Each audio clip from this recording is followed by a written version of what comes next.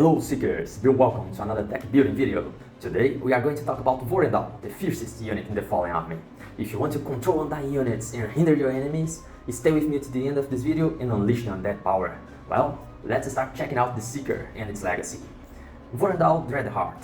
It has 5 accuracy and 6/3 damage, making him the fiercest one in the Fallen Army and one of the fiercest in the entire game. Besides the high accuracy and the high damage, Vorendal also has Onslaught ability, which allows him to attack 3 times against units nearby, which is great when you manage to stay nearby. Usually units on the battlefield keep running away from Vorendal, but make no mistake, every once in a while you manage to start its activation engaged with another enemy and score the 3 attacks. He has no ranged attack without any relics or items, but that's not his main focus. 5 movement ain't much, but it's to compensate his heavy sword or heavy armor, right? Well, besides heavy armor, he has only 13 defense. It's not that high, but you'll be amazed with how many hits it can prevent. But besides his armor, he has 18 health, which is a very high number, especially when you combine it with Regeneration 2, which allows him to regain 2 HP every single activation. Besides these 2 other abilities, he also has Aura of Fear 2, which reduces the enemy accuracy by 2 for every single attack they make while within 6 inches from this unit. That's a huge debuff because most units have around 3 accuracy. When you reduce that to 1, you pretty much make sure that every single hit is going to be a graze. So when we talk about his 13 armor, effectively it's 15, right? Because you're going to be reducing 2 from the enemy attacks. Then we also have Heartlock, which is his legacy. Since Vorendal is a monofaction seeker, he starts with 25 Echo, which is a huge boost, right? Because more Echo means more units or more spells being cast. And it has 2 abilities. Dreadful Command, that pretty much every time during an ally activation that you cast a spell, you can move or attack with one of your fallen units that's not your seeker. So one spell means one attack or one move besides the spell effects. That's huge, because you can manage to move your units to better placement before you try to score 2 hits against the enemy or things like that. It's only once per ally per activation, but still, you won't be casting that many damage dealing spells every single turn. And Undying Will, which allows every fallen unit to gain Persist. And note that Vorendal itself is a fallen unit, so he also gains Persist 1, which basically means that if he is refreshed and it's about to die, you can exhaust it and it remains with 1 HP. It's pretty much the Die Hard ability from the Primal Blood, but without spending any resources, although you exhaust your unit. Alright then, let's talk about the deck building itself. We have several units for the Legend of the Fallen. We will use most of them because since we only have 1 faction to access, we want to take the best of it. We have Anushvar Disciple, which is a human, so it doesn't have a great synergy with our deck. So the same of the Soul Whisperer, which is a great unit with high accuracy, high damage, high range, a Sense Binder and Pinpoint, which are great abilities. But since it's not a fallen unit and this particular deck won't be relying too much on ranged attacks, we will pass on both these units and we're gonna focus on our fallen friends. We have Stitched Corpse, which has a lousy 3 movement speed and clumsy, so he cannot claim relics, although he can contest them. Swarm 2 is a very strong ability because basically it means that while your enemy is engaged with another ally, you deal 4/3 damage. For a basic unit with only 2 Echo, that's huge damage, right? So we are going to use Stitch Corpse, but since it is basic, we could use 3 copies of that, but we're gonna leave 1 behind and take the other 2 for us.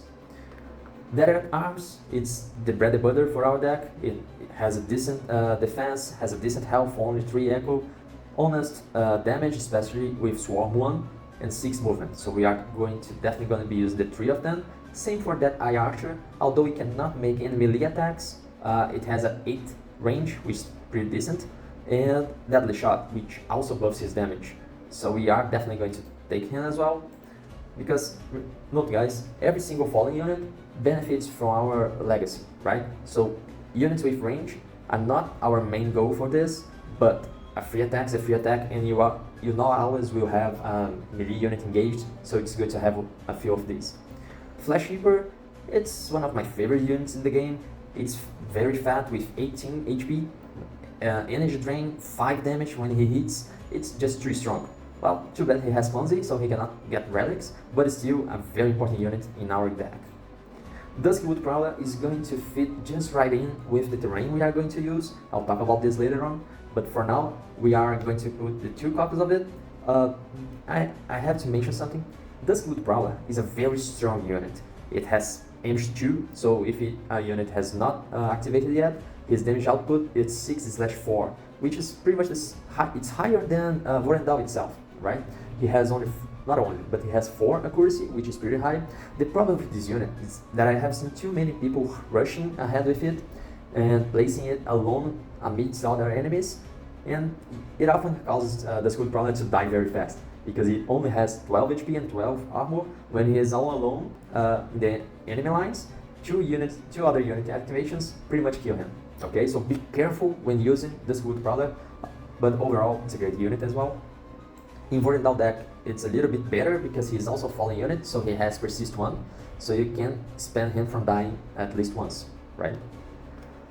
Trice is another of my favorite units. It has a great status block, it has energy drain, phasing is just too strong, especially when nearby Vorendal, because your enemies will have Aura of Fear, so reduced accuracy.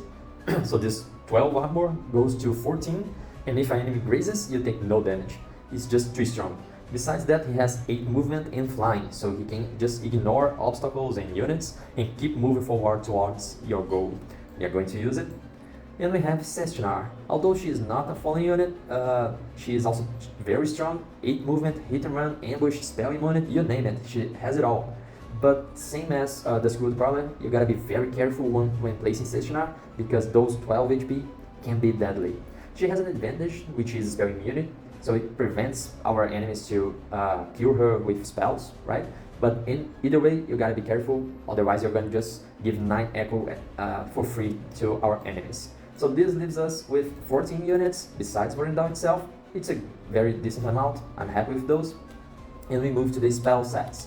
Well, regarding spells, we will benefit most of damage dealing spells, of course, because of our legacy, but we also want to make sure that our enemies cannot hit or cannot hurt us as much as they would like to. So from the right to left, we are going to use pretty much all these spells, okay? Breathing Pain is one that you have to be very strategic to use, because note that it is not a damage dealing spell per se. So when you use this, you do not get a free movement, not a free attack from your legacy, but you can also use another spell. In this case would be Brute Outburst, which is the only swift damage dealing spell we have. So you can combine the 2 of them to make several attacks. Let's go one by one. Breathing Pain says that every time that specific enemy unit gets hit, it takes 2 more damage. So think about Vorendal, right? He has Onslaught, 3 attacks. So this 2 echo spell means you're going to do at least 6 extra damage. Of course, if you roll a 1 on the dice, this extra damage does not apply, but every single graze from Vorendal, instead of 3, would be 5 for a graze. That's 15 damage guaranteed. That's just too much, right? So of course we want this in our deck. Unmake is the highest damage dealing spell in the deck. We're sure gonna be using that. Death's Call in this particular deck is one of the best spells, because it is going to deal damage to every non-fallen unit, and our units are fallen, except Sestinar, but Sestinar is spell immune, so she doesn't take damage from this. So we are safe to use in every deck. Of course, the other Seekers can also have fallen units, mostly Vorendal or Ingor, but it's one case, right? One Seeker, more than in this case, would be a lousy spell, but then we can use it to win the bid for initiative. So we are never going to be without use for this spell, okay? And 5 to bid is a very decent amount. Brute Outburst is the only swift spell we have, but it's a damage dealing spell which increases our accuracy. Can be very useful in Vorendal, for example, or Flashing Reaper, Sestinar, Duskwood Prowler, you name it, right? But note that neither Brute Outburst nor Forced March, which is a chain spell that also deals damage, none of them says that you have to use them on an ally unit, okay? So during your falling unit's turn, you can use it to deal damage to another enemy, just to benefit from the legacy and score the move or the extra attack, okay? That's the way I often use it. Although Brutal Outburst might be useful while using in other units. For example, you use this on a Flash Reaper, you're going to give him 3 extra accuracy, which is very important, and he's still going to make 3 attacks. So during the getting the difference between his grace and his hit, and the fact that he has energy drain, so he recovers health when he hits, it might be better to use on your unit instead of the enemy units, but that's a case-by-case scenario. You have to choose for yourself, right? Forced March, 2 echo, 2 damage, and extra movement. Pretty much similar to Brutal Outburst, although it's a channel spell, so it's the one we are going to be using more often. And besides all of those, we still have Corpse Explosion. It's also a damage dealing spell, but we sacrifice one of our allies to deal 3 damage to everybody within 3 inches of it. Usually we have 2 options, right? Or we use this on our Stitch's Corpse or a small falling unit just to give the extra damage, or we use this on our Flash Reaper because he has Death Thrones. When he dies, he explodes, dealing damage to everybody around, right? But we have to be careful not to use too many Corpse Explosion, because when our unit is defeated, the enemy gets the mastery for it. So exploding Flash Reaper, as fun as it seems to do 7 damage in an area, it gives your opponent 6 mastery on the spot on your turn without expending anything, right? So for our deck, we're going to be using all these cards over here. Let's put them here, plus 1 Corpse Explosion, because it's important to have it. Okay, so now moving on to utility spells.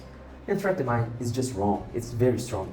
You get control of an enemy unit, a non-seeker enemy unit, and you do whatever you want with it, right? It still counts as an ally, so we definitely want that.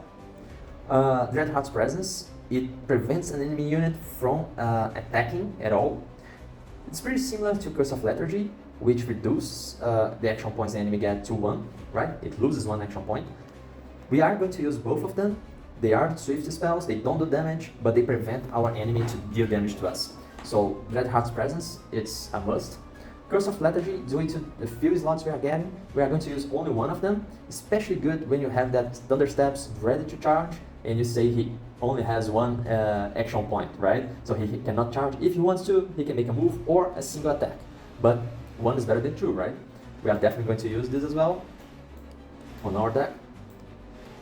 The other 3 spells here, we are not going to use, but it doesn't mean that they are not useful.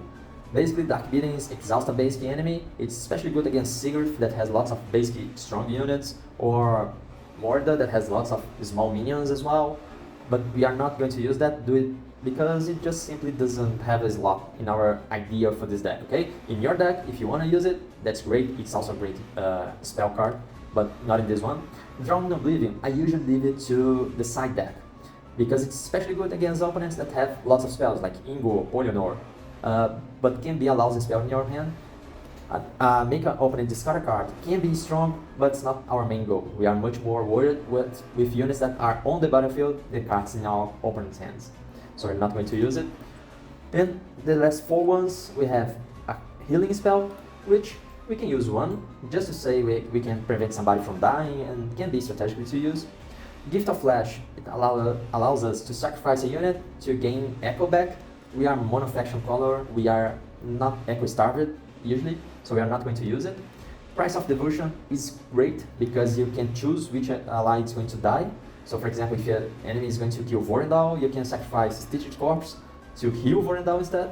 But we don't have a slot for this in this deck.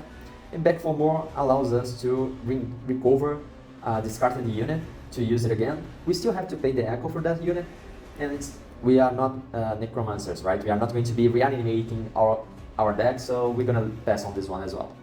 Well, if my math is correct, we still have 3 slots for the deck that we are going to use with our items. Since, just like I mentioned to you guys, we are going to be use Death Shroud Mire, right? So to have better synergy with this, we are going to use the 2 Shadow Shrouds, because we want to give ambush. And note that many of our units, namely Flash Reaper and Vorendal himself, they don't have a high movement. So it's very, very useful for us when we can deploy the unit on the terrain already, ahead, because we can deploy the unit from our hand engaged with another enemy. So picture this, we won the initiative, I'm going to deploy Vorendal with Shadow Shroud, engaged with an enemy on the terrain, right? So I can activate first, activate Vorendal, onslaught my enemy with ambush, so extra damage is a lot of damage, right? So this is a very good strategy. And we still have 1 slot left which I'm going to place Pharaoh Gauntlet because it gives more accuracy, so allows, we have many units that hit hard, so make it then score a hit instead of a graze is very important for us. We're gonna use it, and Rend is just better than Swarm, for at least in my opinion, so we're gonna keep this one, okay? Well guys, these are the decks, these are the cards, right? If you follow me through here until now and you enjoyed the content, enjoyed the insights, please subscribe and like the video, it helps me a lot. I'm gonna leave the link right below here, just to click on the icon. And we still have the relics in the terrain to talk about, right? Relics, we have 4 offense relics. Any of them are great for our deck because we do want to make more attacks, to deal more damage, and to retaliate every time the enemy unit tries to attack us. So any of these would be a great asset. Reliquary is a bread and butter, right? You can use it to any seeker, to any unit, because it gives us 2 accuracy and 2 defense, which by itself it's already great. But you can replace, discard this reliquary to trade to any other relic in the setup, right? So, okay, I'm going to score a hit against you with the +2, and I'm going to change this reliquary to Reaper's Edge, for example, so I can do more damage or gain Essence Binder and whatever, right? So it's a very useful relic as well. So any of these 4 is the one we want. Besides those, we have Boots of Celerity, which I say in every single deck building video is the best relic in the game because positioning is very important.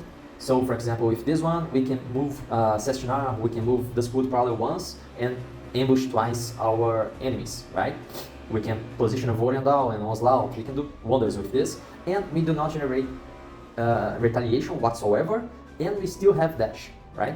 So extra movement and no retaliation. And note that no retaliation means no retaliation for anything. If you have an ability that provokes retaliation, with these boots you don't. If an enemy unit has Vengeance and Retribution, you can make a swing at it and it will not counterattack nor repulse you whatsoever because you do not generate retaliations, okay?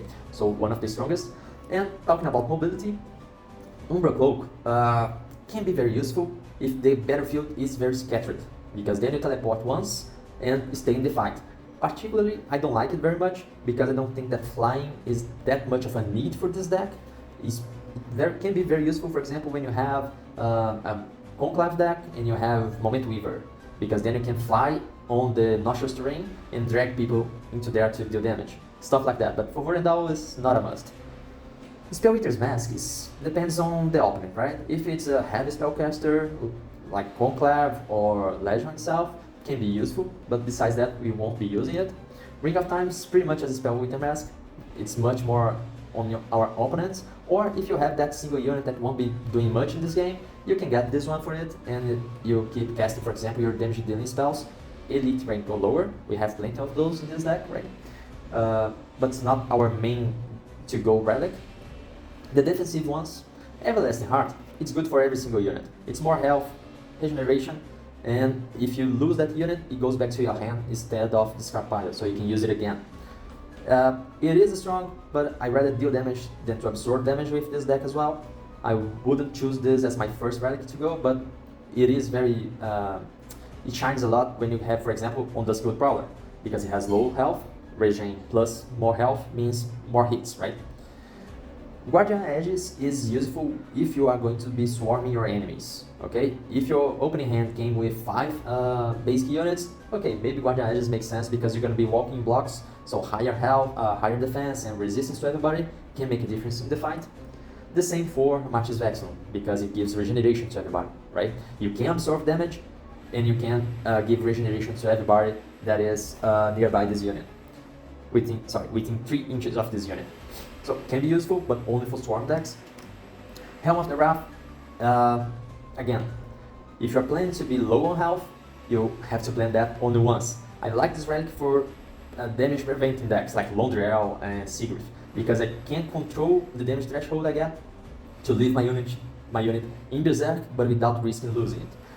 Resistance 2 is very strong. Most units in this game deal 3 or lower damage, so if you prevent on a graze, right? So if you prevent 2 of it, you're gonna be taking a lot of damage. And these last 3 ones, they are for ranged units. Since we only have 1 ranged unit, we most likely won't be using them, but Tempest Scepter is awesome because you can read through units, so you can make a hit for as many units you can get in a line. The trapjaw chain allows you to pull the units closer and deal damage to them. Can be very useful if our opponent is moving around very much. We make one move, one attack, we pull the unit closer and do extra damage. And Veil Piercer, it's good for our opponents to get against us because of the terrain we are going to use, okay? Talking about terrains, we have basically two choices for Vorendal, okay?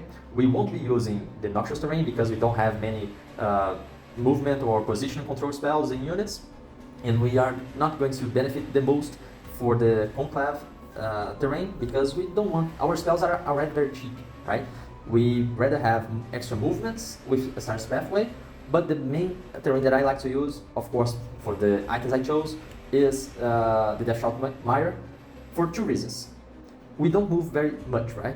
Vorendal, Flash Reaper, Stitched Corpse, many undeads we have, they have slow movement. So we can hide behind or inside this terrain, preventing our enemies to make ranged attacks against us and making them need to come closer to engage the battle, right? So benefits us in this way, and we have many units that have ambush, and we have the ambush item, so we can deploy our units further on the battlefield. So my main choice is this terrain over here, and that pretty much covers our deck building. If you guys liked the video so far, I appreciate it, your engagement with this. Please don't forget to like and subscribe.